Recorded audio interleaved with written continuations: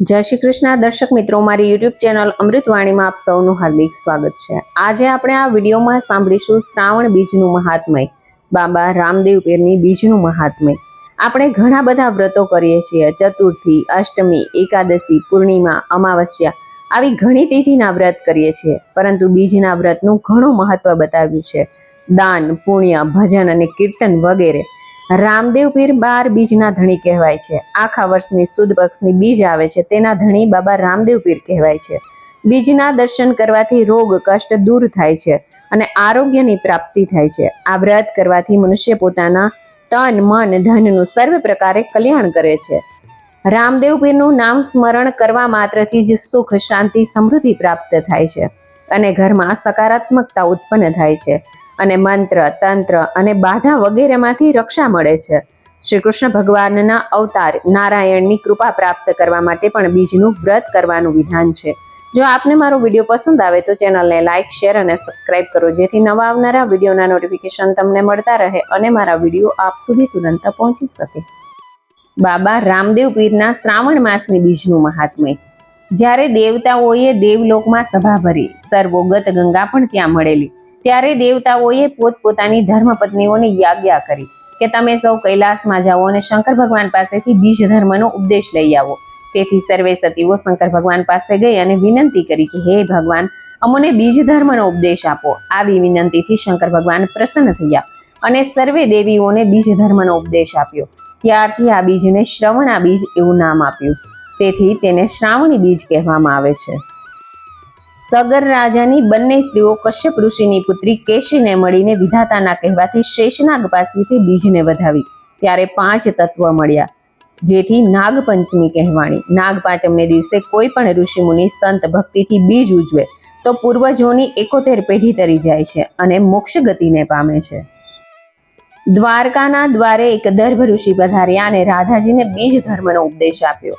ત્યાર પછી તેણે અનેક ઋષિઓ, દેવદેવીઓ, વશિષ્ઠ, વિશ્વામિત્ર, દુર્વાસા, માર્કુંડ, લોમશ, ધૌમ્ય, અસિત, દેવલ, વાલ્મીકી, જાંબાલ્ય આદિને મળીને બીજ ઉજવી અને પાઠ પૂજા, જમા જાગરણ તથા સર્વગત ગંગાની પૂજા કરી ચરણ ધોઈને ચરણામૃત લીધા। ત્યારથી શીતળા સાતમ થઈ। જે કોઈ ગત ગંગાની પૂજા કરી શીતળા સાતમને દિવસે બીજ ઉજવે, બીજ મહાત્મય વાંચે, બીજ વધાવે, તેને 1000 યજ્ઞનું ફળ મળે છે। કશ્યપ ઋષિની પુત્રી સુમિત્રા અને વિદર્ભ રાજાની પુત્રી કેશિનીને ગૌરવ મુનિના ઉપદેશથી સગર રાજા અને બંને કન્યાઓએ મુનિના પ્રતાપથી બીજનો ઉપદેશ લઈને વચન માંગ્યું। તેમાં કેશિનીને એક મહાન પુત્ર કપિલ મુનિના વરદાનથી થયો। બીજને વધાવીને વચન માંગ્યું કે આ દેહમાં જ્યાં સુધી પ્રાણ રહે ત્યાં સુધી બીજ ધર્મ પાળવો એવો આશીર્વાદ માંગ્યો અને બીજ ધર્મ ઓળખાવ્યો। સગર રાજાના પુત્રોએ બીજ ધર્મનો ઇનકાર કર્યો, તેથી કપિલ મુનિ ક્રોધાયમાન થયા, જેથી ક્રોધાગ્નિથી 60,000 પુત્રો બળીને ભસ્મ થયા। તે અલ્હાબાદ પ્રયાગમાં થયેલું હતું। કેશિનીના મહાન પુત્ર અંશુમન થયા અને તેને ત્યાં દિલીપ થયા, તેના ભગીરથ થયા। ભગીરથે સ્વર્ગમાંથી ગંગાજીને લાવવા 12 બીજ ઉજવી, તેના પ્રતાપે ગંગાજી પૃથ્વી ઉપર પધાર્યા અને સગર રાજાના 60,000 પુત્રોનો ઉદ્ધાર કર્યો। ત્યારથી ગંગાજી પતિત પાવની કહેવાયા। વામનજીએ બીજ મંત્રના જાપથી બળીને રાજાના દ્વારે આવી રાજા તથા રાણીને બીજ ધર્મનો ઉપદેશ આપી બલિ રાજાને પાતાળ લોકનું રાજ્ય આપ્યું અને બલિ રાજાએ બ્રહ્મા, વિષ્ણુ અને મહેશને પોતાની પાસે રહીને બીજ ઉજવવા વરદાન માંગ્યું। આથી ભગવાન વચને બંધાયા અને બ્રહ્મા, વિષ્ણુ, મહેશ આ ત્રણેય દેવો વારાફરતી 4 મહિના પાતાળમાં બલિ રાજા પાસે રહીને બીજ ઉજવે છે અને વચન પાળે છે। આમ વેદવાણી પોકારીને કહે છે કે બીજ પાડો, બીજ વધાવો, બીજ મહાત્મય સાંભળો, પાઠ પૂજા, જમા જાગરણ કરો અને સંત સદગુરુની સેવા કરો। રાજા નહુષ અને તેની પત્ની પવિત્રાએ બીજને બૃહસ્પતિ સાથે ઓળખી। અહલ્યાએ બીજ ઓળખાવી અને બધાને અમર કર્યા હતા। રામદેવજી, વિરમદેવજી, લાસા, સગુણા, નેતલદે, હરભુરજી, સદગુરુ શ્રી બાળનાથ પાસેથી બીજ ધર્મનો ઉપદેશ લીધો। ઉતાનપાદ રાજા અને રેવંતીજી એ બધા બીજ ધર્મને વર્યા હતા। પરાશર ઋષિએ મત્સ્યગંધાને બીજ ધર્મ ઓળખાવ્યો હતો।